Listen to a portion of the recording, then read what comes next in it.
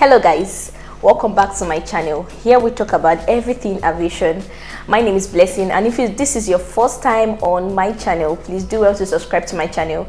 And to my returning subscribers, thank you so much for your support so far.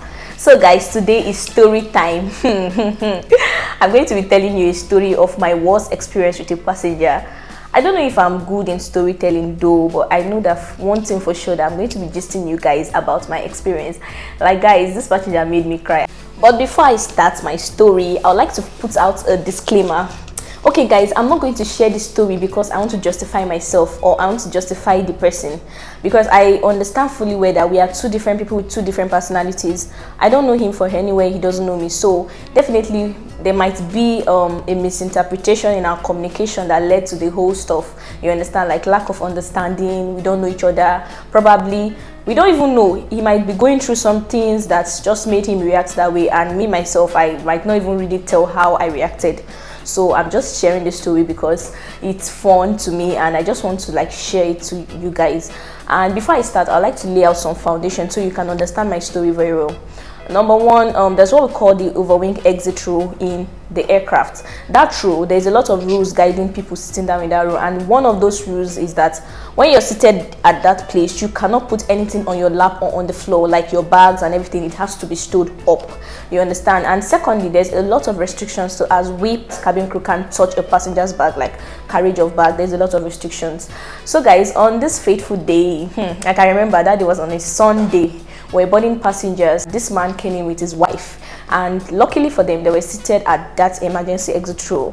So upon sitting, before they even sat down, I told them, you cannot put your bag on the floor or on your lap. I said it politely, and I was like, you have to put this bag up. They said no problem. The man was the one that responded to me that no problem, he knows and all of that.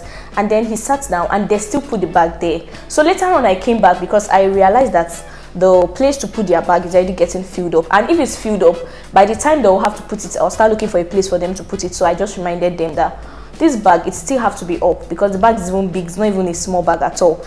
So he actually stretched the bag to me to put it up, and I told him, I just arranged the place for him, like I did it codedly now, okay, that he should put his bag up. So it's like he understood what happened and he picked offense, but it was even normal. He was like, okay, he put the bag for her, and then he sat down. Then later, during the course of the boarding, he now asked me, he was like, apart from safety, what else is your job? I did not respond. Then he asked me again that apart from safety, what else is your job? And I was like, okay, apart from safety, my job is also for your comfort. He was like, if you cannot help my wife carry her bag, what else are you on board for? Another period, I did not even respond to him again. Then he was just asking me questions and I did not respond because that period I was working, and you have to be sensitive with things you say now. Like I don't know him from anywhere. So before you know, and he showed me his ID card. He was saying a lot of stuff. So he knows this, he knows that. I did not even take it serious because I was like, oh, it's not that deep, you understand? So I just overlooked it. And later I briefed them and all of that. Then when we landed in Abuja, during the course of this embarkation, getting to the forward, I realized he was creating a scene.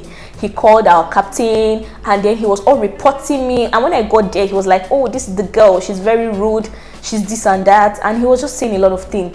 Do you know the thing that pained me the most? He was laying allegations. Like he said, I said I'm on board for comfort, not safety. Like I said comfort. He asked me what I'm on board for and I said comfort. And I was like, God, even if you are a dumb person, as a cabin crew, you should know the first priority is your safety.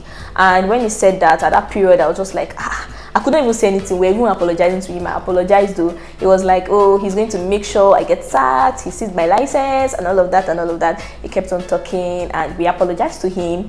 And at that period, he called somebody, like all these people, this regulatory body here, he called them.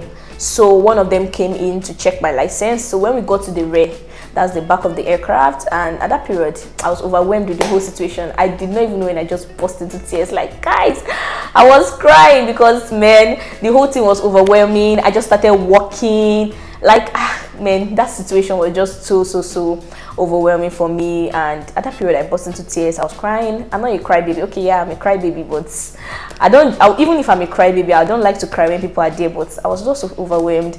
And then the woman asked me, she was like, what really happened? I explained to her, and then she was like, why are you crying? You're not wrong. Like this man should even understand better. She assured me. In fact, that woman is a very kind woman.